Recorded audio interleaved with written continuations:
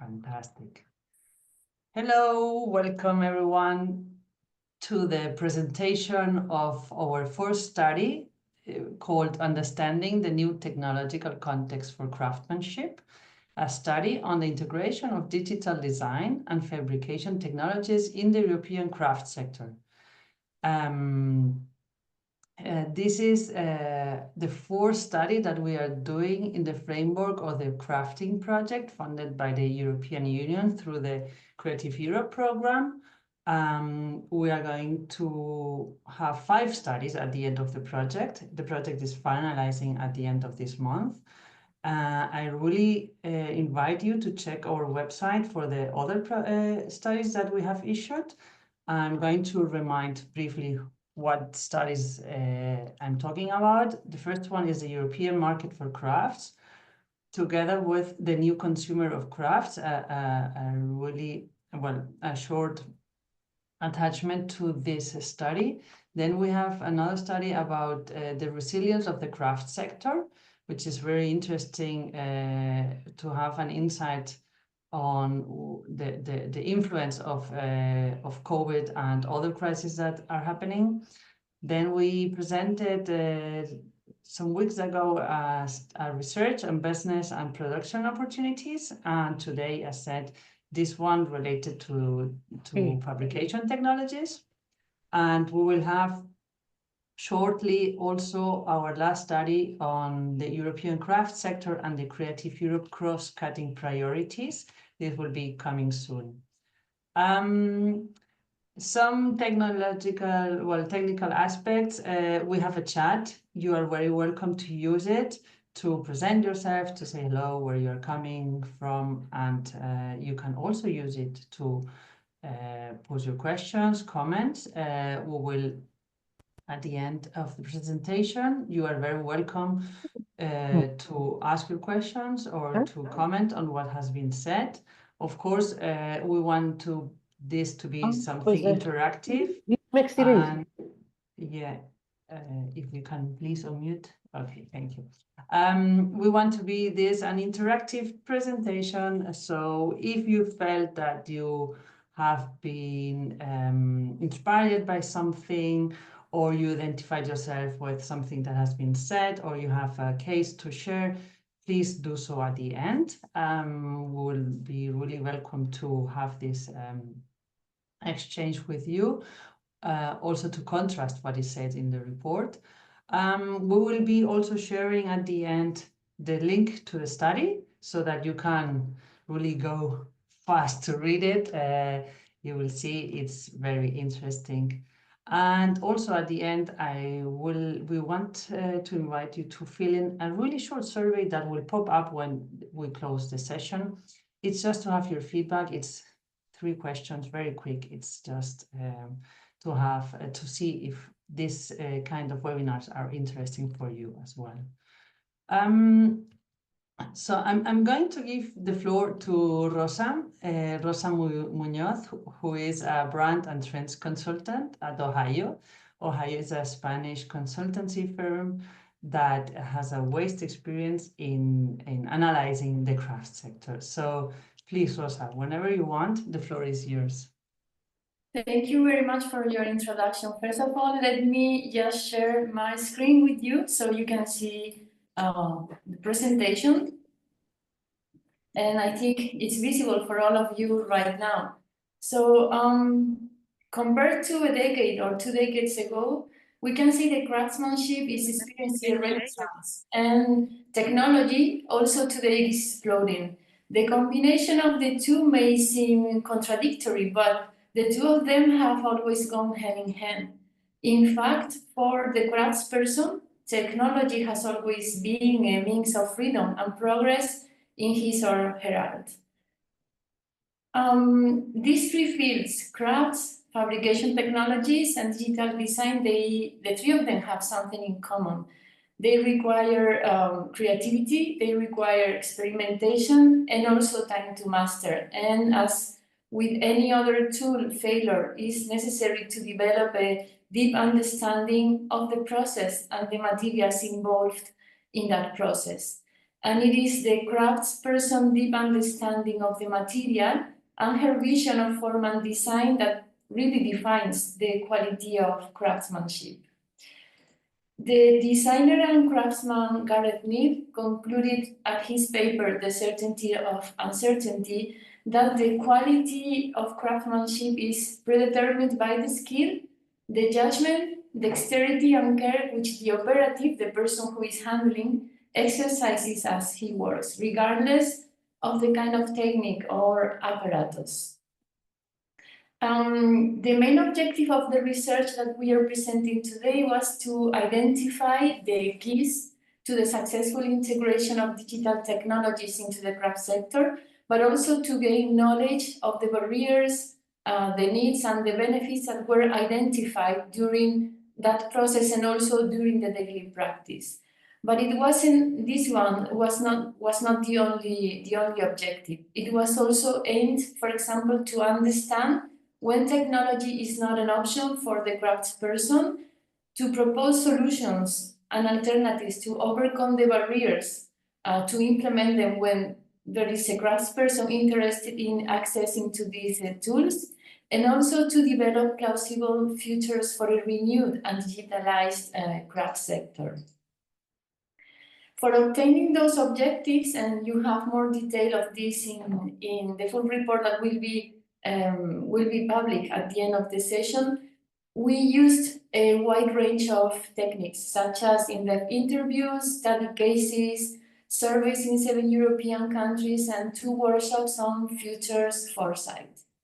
And well, I have seen that some of the participants in the surveys and the interviews are already among the attendees of today's session, and we are extremely thankful to all those who have contributed with their time to the report, providing their visions and sharing their experiences and knowledge to enrich the results of the piece of work that we are presenting today. And you will see that they are craftspeople, artists, crafts managers, and designers with a pretty particular point of view, professionals with the vision of the future with alternative proposals, and also with projects that question the conventional way of doing things and whose works propose also new ways of applying or representing crafts. So for today's session, we have done a selection of some of the contents of the report. And for example, chapters such as the one on lighthouse cases or opportunities posed by new technologies haven't been included, but you will be able to, you will have the possibility to read them all after we finish the session. So we are having today, we are doing a review on the degree of integration of new technologies, also which are the main tools, the barriers, and some ideas on how to overcome them. We will explore the reasons for some craftspeople not to integrate technologies. And before we share with you the conclusions and the recommendations that came along with the study, we will see also some plausible futures for this tentative renewed craft sector. So about the integration of technologies into the craft sector, the craft sector is so varied and complex that despite the spread of some digital design and fabrication technologies, it's not possible to generalize about the integration of technology in the whole sector. But this survey has been pretty useful, and you will see now some of the insights revealed in understanding the mood and the feelings and also the particular experiences of craftspeople about new and sometimes not so new technologies. In the survey, it was considered technology not only for fabricating, but also for designing or, for example, for management purposes. And for example, regarding the integration of technology for management purposes, 57% of the craftspeople surveyed responded that they had integrated technology for communication. And almost 47% they answered that they had integrated these technologies for accounting and billing, and 24% for customer management and for customer service, respectively. And as you will see, they were able to choose more than one technology regarding management when surveyed. Also for fabrication, in response to the question, have you integrated any digital tool for design or fabrication technologies into your practice? As you see here, almost 70% answered yes and 30% answered no. These were the answers of the respondents. And regarding the impact of the integration of new technologies on the quality of their crafts products, 44% of them replied that it had a significant impact. A 40% they said that it had a moderate impact, and a 15% that it had no significant impact. And then about what types of technologies were integrated into their craft production, they could also choose more than one option here. And 51% answered that they had integrated already computer-aided design. A 41% they selected 3D printing, and 37% laser cutting. Also a 32% selected CNC, computer numerical control. So as we see here, we can just check some of the technologies that are already integrated in their practices. But of those not using digital design, we wanted to know the reasons why they hadn't integrated, and 40% reported that they haven't had the opportunity to use them. And a further 50%, they just stated, I don't think it's useful, and a 10% because it's too complicated. A 5% said, I don't like using this type of technology. We also asked them, in this section, well, actually, in this section of the report, you will see that we have collected the views of craftspeople, artists, and crafts professionals and on fields where they think that technology could bring the most progress to the sector. And also here, they could choose more than one option, and the responses were as follows, as you can see here. Design was chosen by 66% of the respondents, and prototyping by almost 54%. To make possible to work with new materials and to communicate and market the craft business was chosen by a 50% respectively. So we can see here that only 1.59% answered, I believe technology won't bring more progress to my craft. So we can see here that even if the professionals haven't integrated yet the technology, there is a positive vision on the future of these tools applied to the craft sector.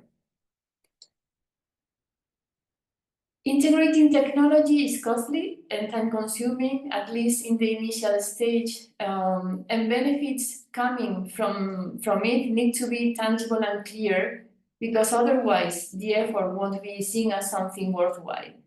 We were also exploring on the benefits of this integration, and you can see here some of the responses and some of the benefits that the interviewees in the research were mentioning. It was mentioned a reduction in the time and cost of prototyping.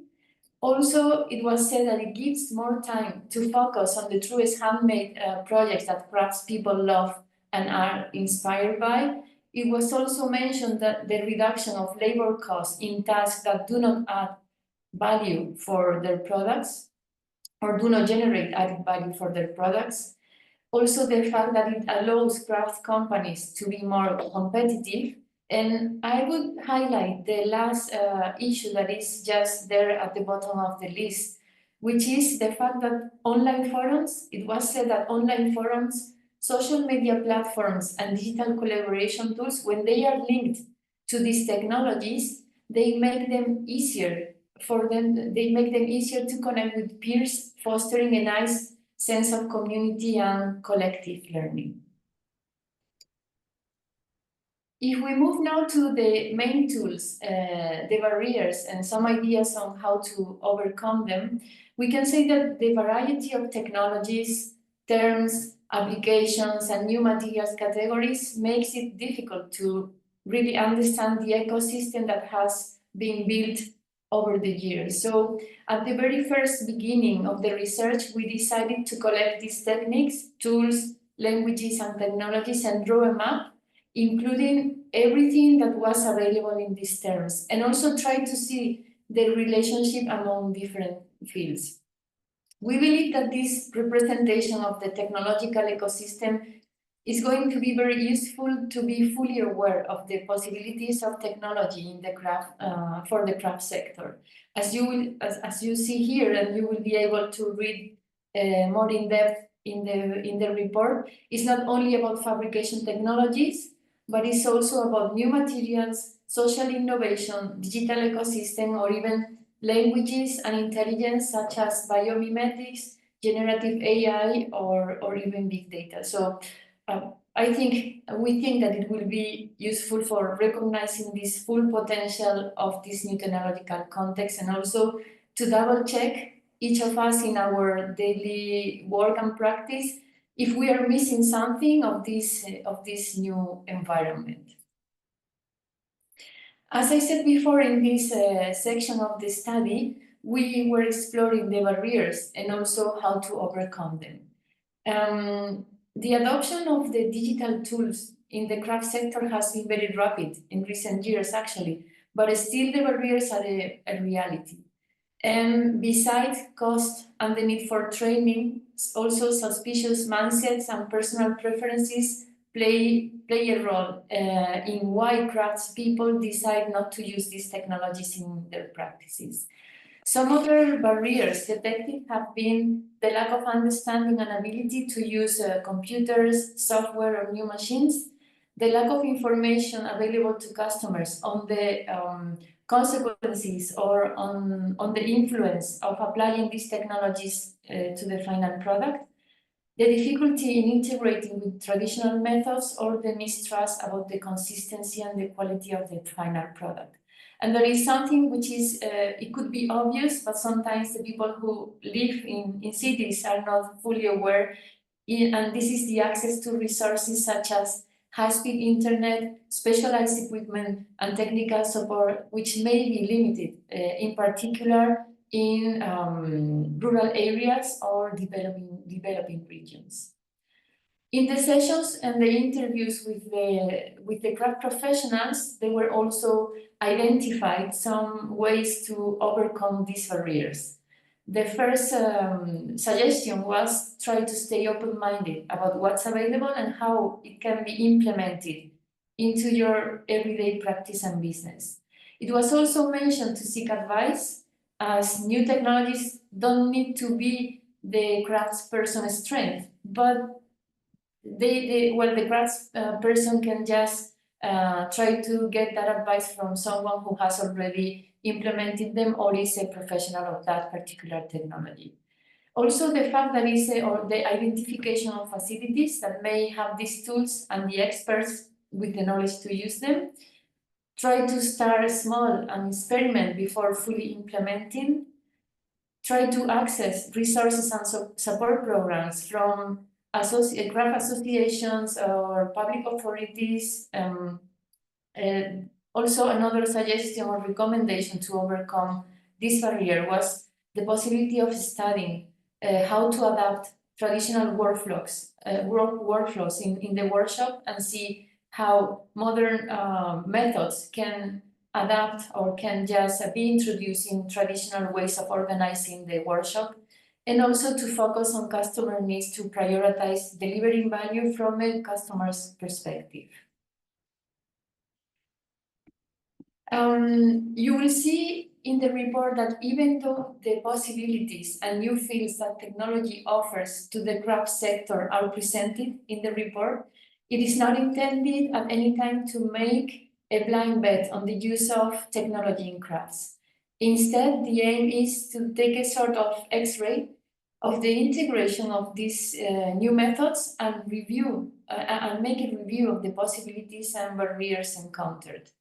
It has become very clear in the interviews and the surveys carried out for the study that the decision to integrate technology is very personal, and also it depends at a great extent on the craftsperson orientation, the work philosophy, and of course, obviously, on the aspirations and the way the craftsperson finds joy in his or her practice.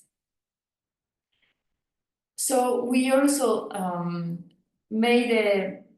explored the reasons for not integrating technology, and some of them are listed here, as you see in the slide. One of them was the perception of loss of craftsmanship, as relying too heavily in technology could diminish the unique character and personal touch of handmade objects. It was also mentioned the tentative depersonalization of products.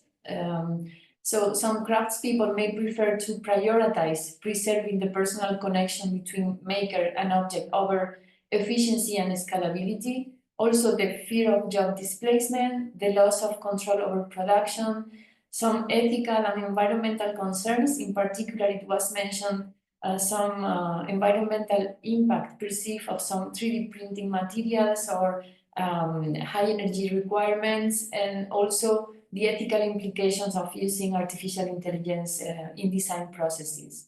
It was also mentioned some market demand and authenticity issues, and the fact that the well-being that some practices provide is related to experience and direct contact with the material without the mediation of any machine or significant technology.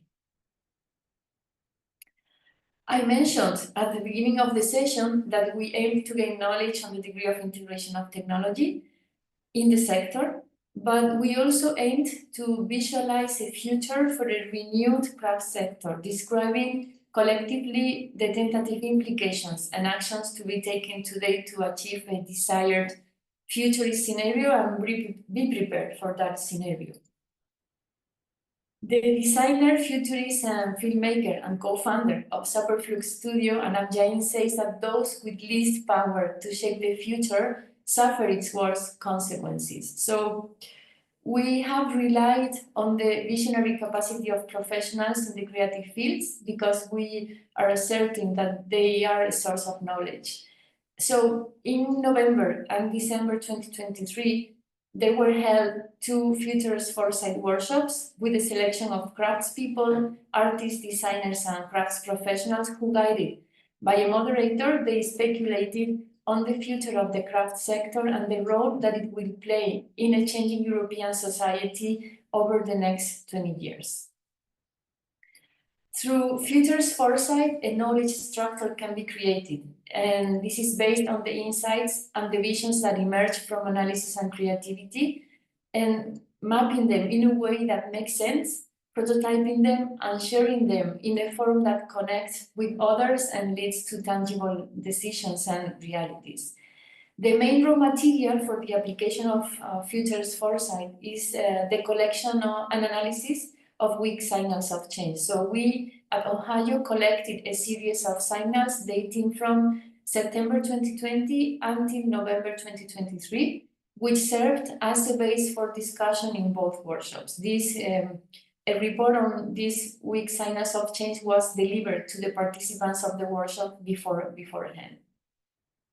So we are sharing with you now some of the conclusions of the workshops and the ideas of the future that came along, as we are certain that visualizing the future helps to make the decisions today and shape it. The 2 techniques that were used in this Futures Foresight workshop were the futures wheels and also the archetypes of the future. So collecting the comments and the visions of the participants of the workshops, there were built these 2 futures wheels. The first of them is called multiple realities and expanding intelligence. And you will see here that we have 2 circles of consequences. In this technique, we part from a core concept, and then we see the consequences or the effects in 2 layers The first circle is the first level of consequences. The second circle that you see in the outer part is the second level of implications. So here we can see, or it was foreseen, according to the concept, that in the future, new reality layers would be revealed. Also, that we would experience the growth of decentralized certification based in blockchain, that the unimaginable nowadays in the future would become accessible, that new language and codes would be developed, and also that we would be working in the future with augmented interfaces, such as the gesture of the hands, or also the conversation with the machine, rather than being using a mouse for interacting with our machines. The other futures wheel is called the growing socioeconomic relevance of creativity. And here we can see that the first level of effect is in the future, this future that I will describe just in some minutes. We will experience an augmented dimension of craft, seen in its application to well-being in the future, also in the management of diversity, in the attention of nowadays unattended sensitivities, or in the contribution of craft to new rituals for the human being. Another consequence of this growing relevance of creativity would be in sustainability, also in the way we understand the public space and heritage, in the evolution of new profiles or new creative profiles, in the multiplication of new materials, and also in the emergence of open connected communities, and even in the transition from a consumerism society to a creation society. I mentioned before that one of the techniques that we used in this Futures Foresight workshop was the archetypes for the future. According to Jim Dators, there are several archetypes of the future where any scenario would fit, and these are collapse, decline, collapse, growth, transformation, and the fifth that I don't recall right now, it's about feeling the constraints. Maybe I will recall the word that I can recall right now.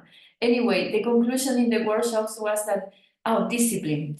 So in the workshops, it was there was a shared opinion among the participants, and they were saying that despite their vision of the future would be of discipline, trying to fit to the problems that are rising right now, in the further future, we will be living in any scenario of transformation. So at this point, I would like you to wear your glasses to see the future and try to see in your minds the descriptions that were collected and organized into concepts of that plausible future that I'm going to tell you, and some of them have been already announced in the Futures Wheels.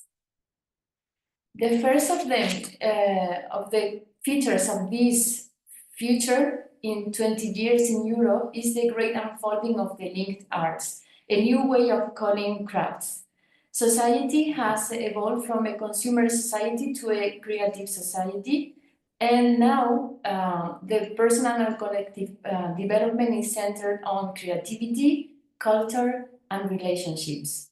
In this future, we are always experiencing an augmented human intelligence, and the conversational model is already a reality.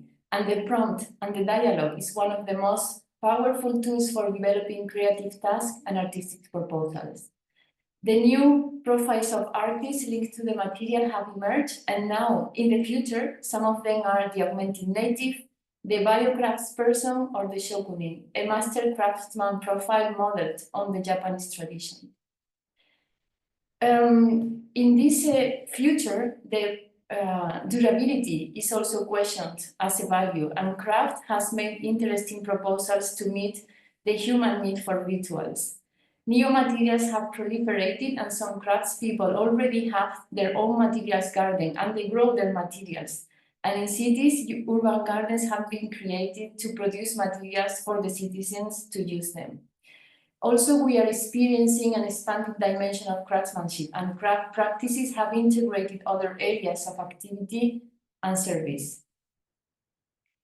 There is a decentralized model of certification and value for the arts, and new certification models based on blockchain are effectively protecting authenticity of the pieces. And also, artists and clients are already familiar with the reproduction of pieces based on a certified digital system, so that numbered pieces can be made remotely, even from the houses of the client, in this decentralized production system versus the localized production that we have in this present. In the future also, the adaptation of manufacturing technologies have moved to dialectics, conversation, and even modeling through gesture simulation. And also, in this future, the canons of beauty have changed, and the concept of imperfection, together with organic forms, has inspired many of today's trends, and perfection has become something boring. Tourism, destination, and linked arts and heritage are working together, and many destinations have built their storytelling around craft. And the imitation souvenirs made elsewhere have virtually disappeared from shops thanks to blockchain-based system for certifying authenticity. Customization and do-it-yourself have become a fashionable activity for groups of friends, and also a plan for travelers when they visit some other cities. And these do-it-yourself shops, which are run by craftspeople, are linked to the heritage of the destination. We are also in the future in the need of physically sensing, and the please touch statement has become something prevalent. And the haptic qualities of handcrafted pieces are increasingly appreciated, promoting a greater culture of touch in many projects.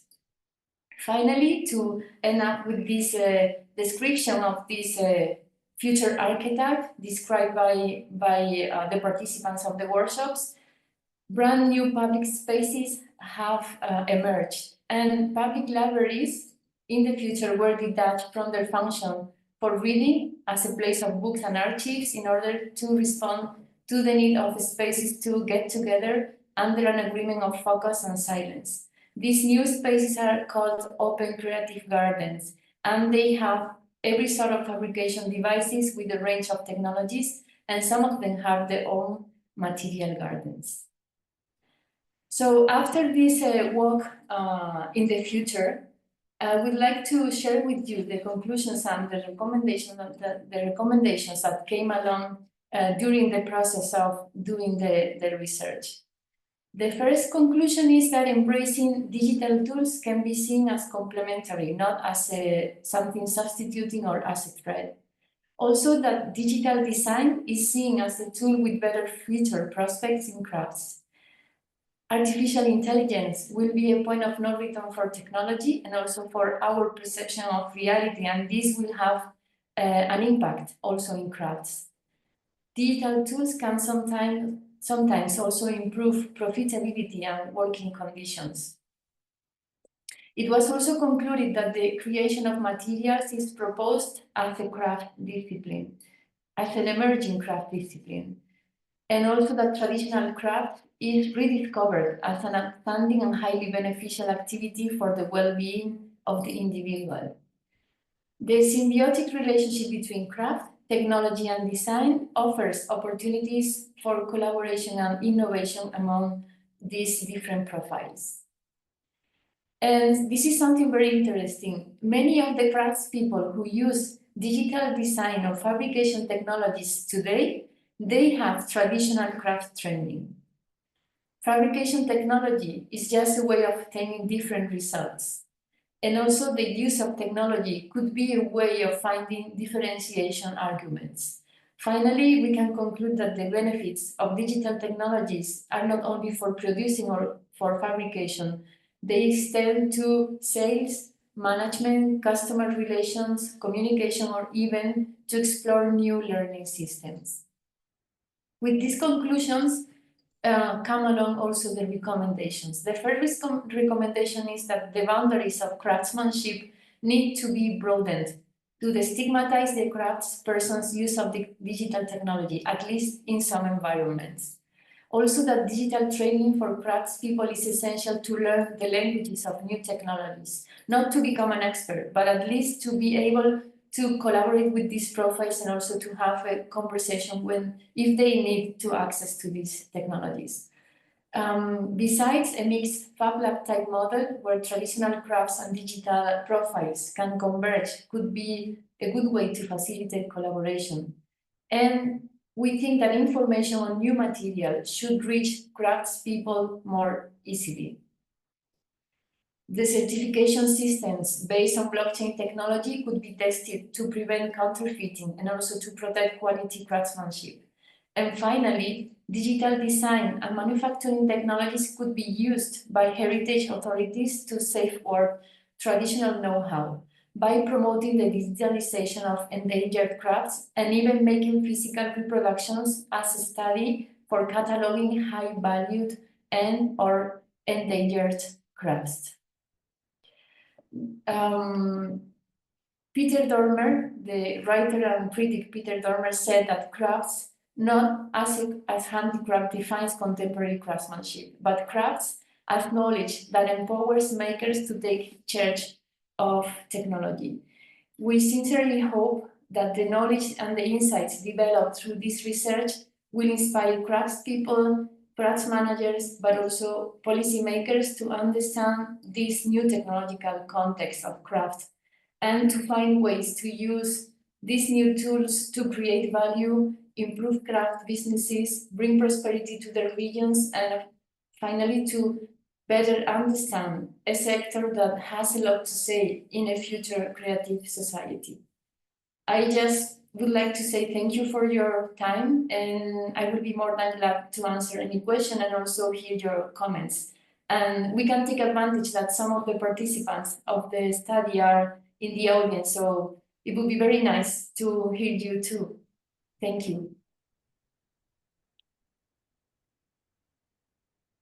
Thank you so much, Rosa. Thank you and your team for producing this report, and also all the people that contributed, craftspeople, craft organization, craft makers, stakeholders that collaborated in the interviews and in the sessions. I just say wow. I mean, I read the report twice, but seeing the presentation now with all these clear conclusions and the outcomes, I feel that wow, the future is bright. I don't know. I really hope so. I would like to hear from our audience if they have some comments, thoughts, questions. You can do it on the chat, and also you can turn off your micro or camera. Okay, I'm reading the chat. Krasimira says that this report is very interesting. Thank you for it. Will it be published and where? Yes, it will be published at the end of the session on our website. We will share the link later on. She didn't understand where the study was done, how many people participated. Maybe you can clarify that, Rosa. Yeah, well, it depends on the technique. The number of participants was different. For example, for the questionnaire, they were participating. They were answering to this survey in 7 European countries, and it was a sample of, if I recall properly, almost 70 crafts personnel and crafts professionals. And then we also have in the lighthouse cases, I think there were 7 lighthouse cases, also with artisan crafts people. And for the in-depth interviews, there were around 11, 13, I don't recall the exact number. I'm just talking by memory, but the details are in the report. And also for the workshops, there were an average in each workshop of 11, 12 participants each. Thank you, Rosa, for clarifying.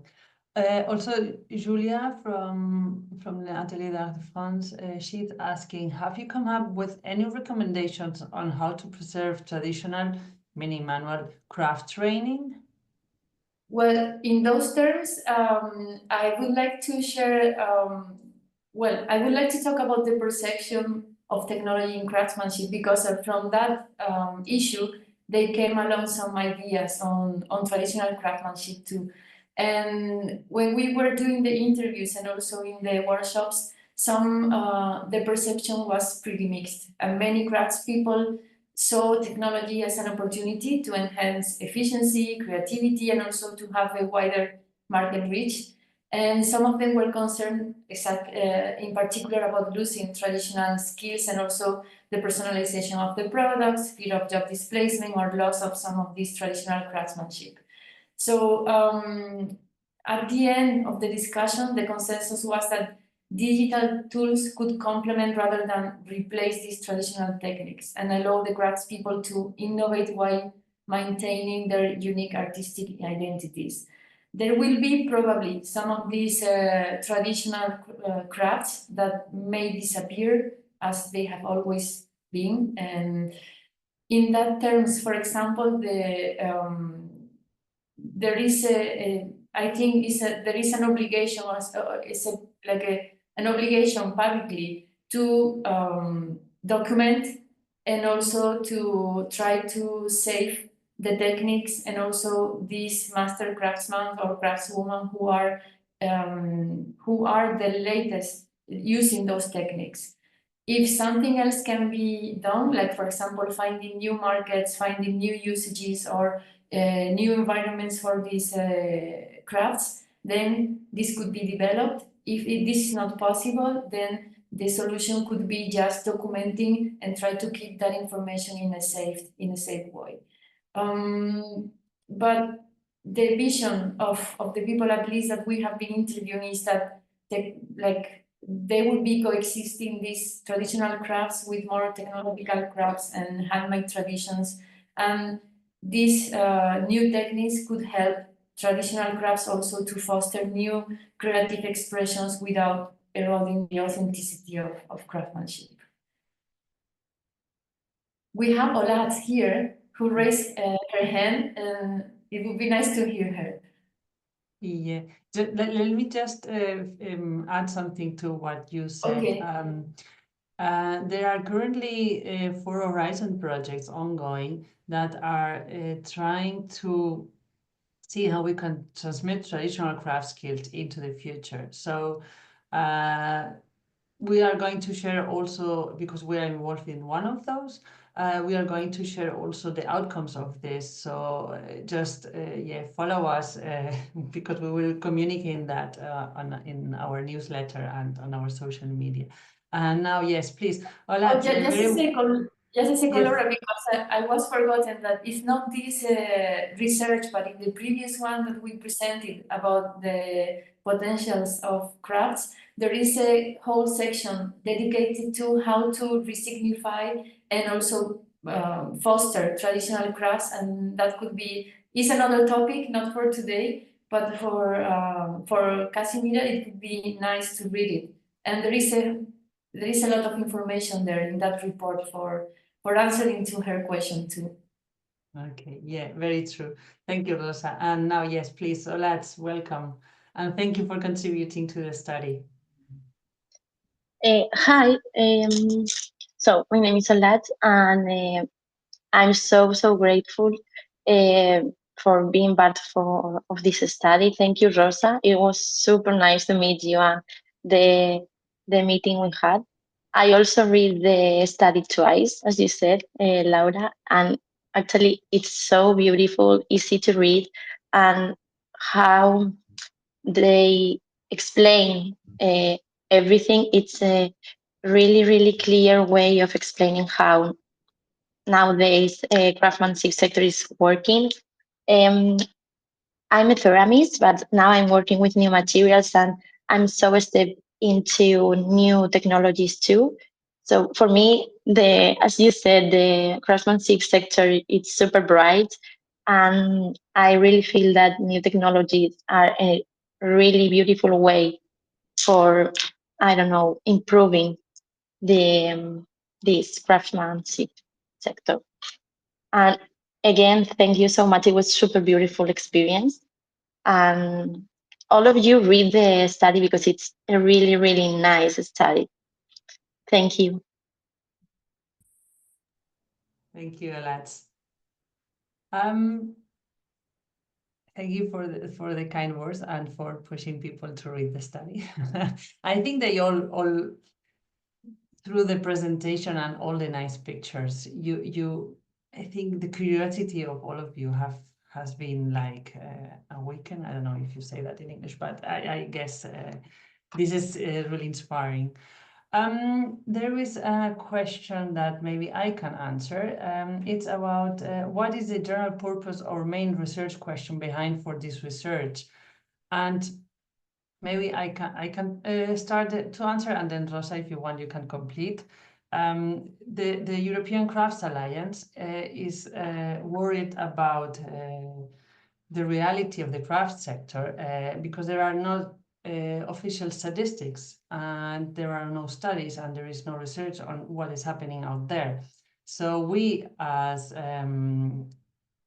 organizations working in the craft sector, we really need to know how our public and target group is doing. So that's why we started to do a series of research to have insight on the craftspeople and the crafts businesses in the current currently in Europe. Also because we are working on advocacy, and if we want to convince and talk to policymakers and tell them how the reality is, how the challenges are for the craftspeople and crafts businesses in Europe, we need to have this kind of information. That's why we produced these 5 reports, different kind of reports. As I said at the beginning, in the first one, we wanted to know the market of the European crafts. Then we wanted to know how resilient they are. The previous one to this one was about the business models that we have in the craft sector, because there are many opportunities also in there. And this one is because we wanted to know how technology is affecting the crafts, if craft makers are using the tools or not, and have information to also target our actions and our activities for the craft sector. As we are in service for them, we needed all this information. So that's the main purpose of this series of studies. I don't know, Rosa, if you want to add anything to this particular one. You're unmuted. Yeah, I could just talk about the particular study that we are dealing with today. Well, if we know that there are some craftspeople who are using these technologies, I think it's a nice thing to know how it has been their experience integrating the tools, if it has been useful or not, and also to find inspiring cases for some other craftspeople that are thinking of it, and maybe they feel hesitant to do it, and to see to explore which are the difficulties, but also the benefits of doing it. And even understanding why some other craftspeople are not interested on this is also useful. It's not for making everyone to use them, just to know which are the problems and the benefits that they have used, and try to find professionals who are doing things in a different way and try to be inspiring for some others.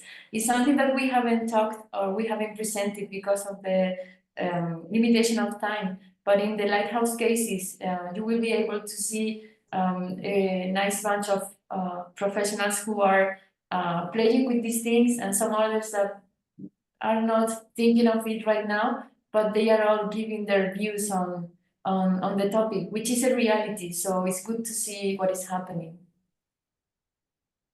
Okay, yes. Thank you, Rosa. There is another question. Manfredi is wondering why technology is not an option. You remember you presented that, that emerged in your results, was not included in the future archetypes of craft makers.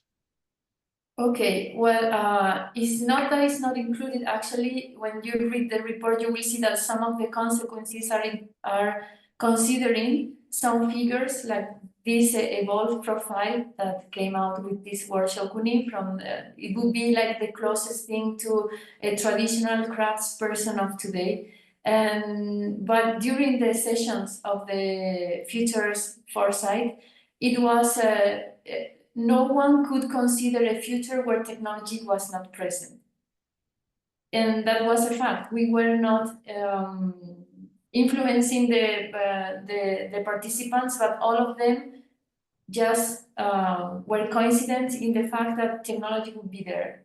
And there would be also craftspeople who don't use technology, but technology would be a fact in that future.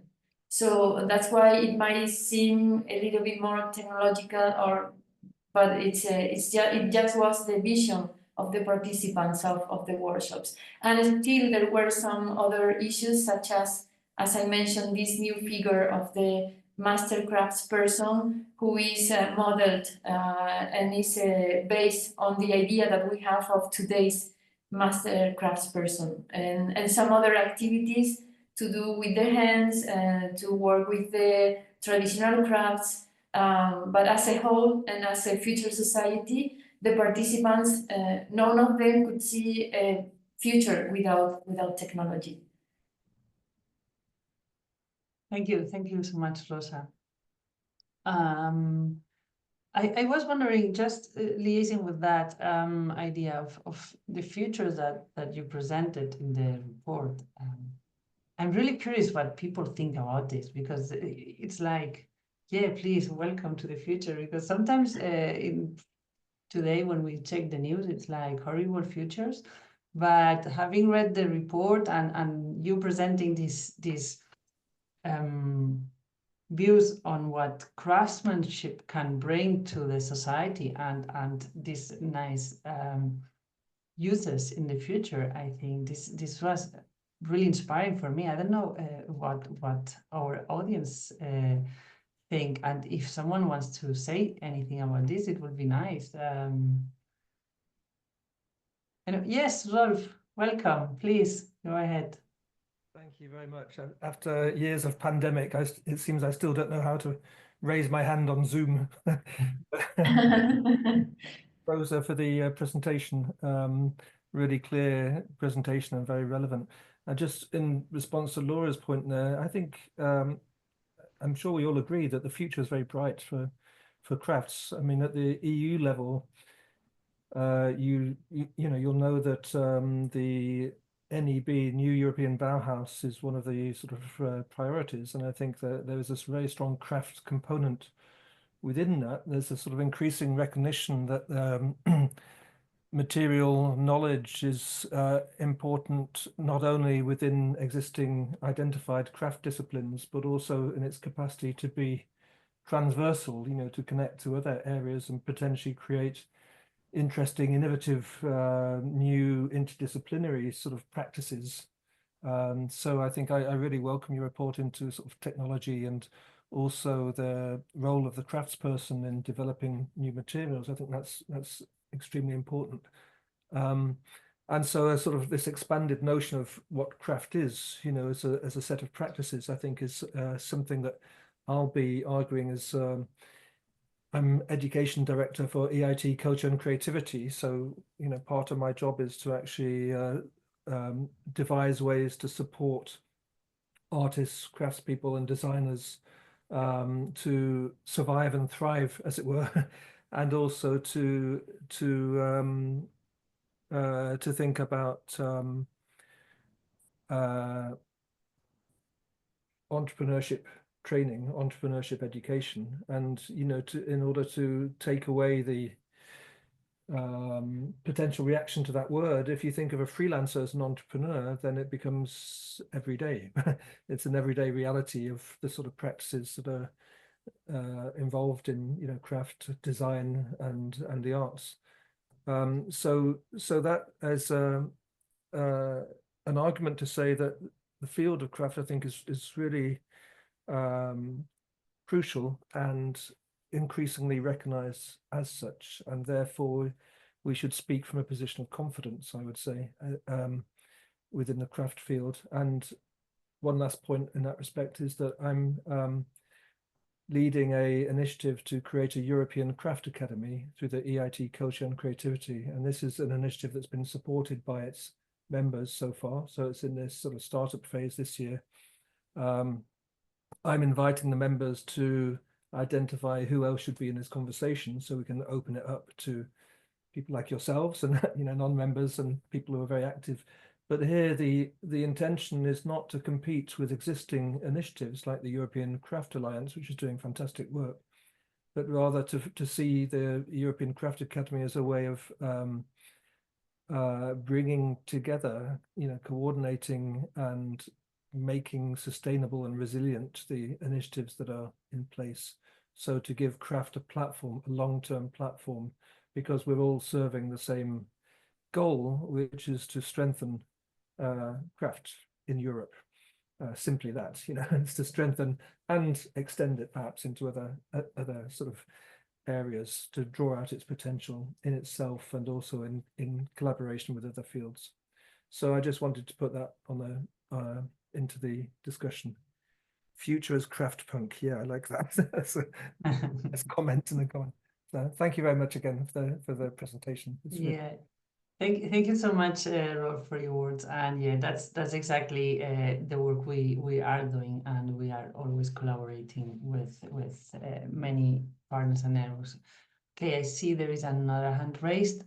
We are reaching the end, but let's give the president of the European Crafts Alliance the word now, please, Ana Cristina.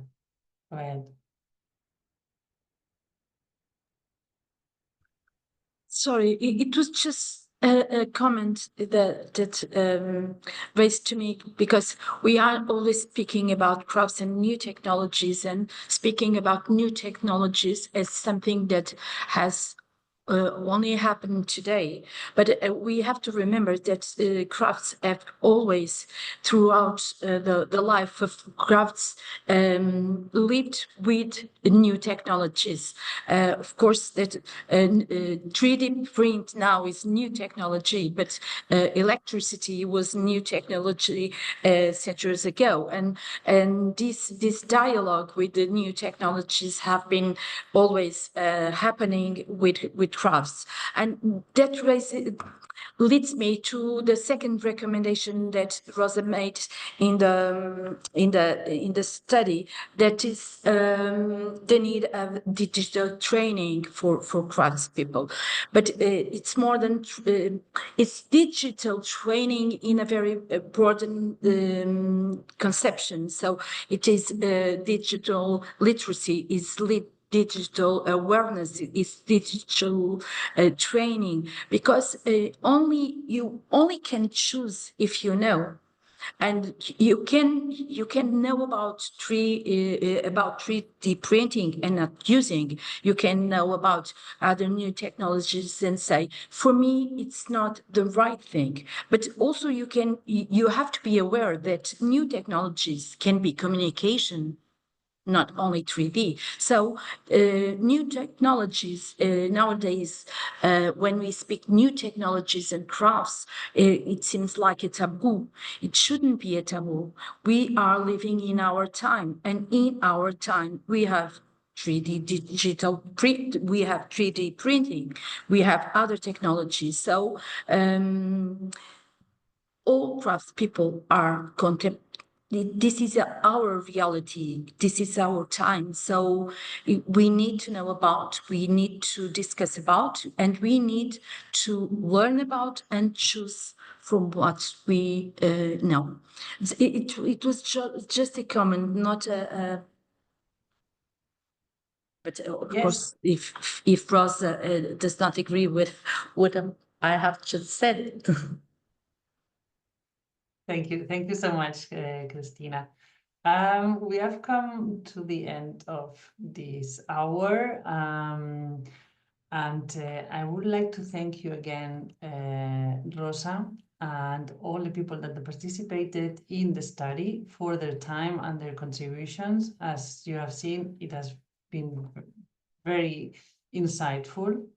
I also want you to remind, we just left we will leave now the link to the study. And I wanted to remind you as well that this week is the European Artistic Craft Days. There are a lot of activities happening in 28 European countries. Imagine, it's amazing. It started in one country, only in France, and it grow and grow every year. So this activity today was in the framework of this European Artistic Craft Days. So please go out, enjoy, and visit craftspeople, ateliers, webinars, museums. You will find activities everywhere. Then I wanted to remind you that next week, related to the new European Bauhaus, as Rolf was saying, we will have a webinar on social inclusion. I really invite you to join us as well. It's going to be Tuesday, 8th of April at 11. And we also issued an opportunity to learn how to sell online for 5 countries. Check our website for more information if you are interested in. And last thing, please fill in the survey that will pop up at the end of this Zoom. And I think that's all from our side. I hope you enjoyed and that you will read the survey, the report, sorry. And please come back to us if you have any comments or anything. We will share them with Rosa, and we can keep this dialogue as we have seen. It's very important to continue networking, contributing, sharing, and making this great crafts sector bigger and more interesting. So thank you again, everyone, and have a nice day. Bye bye.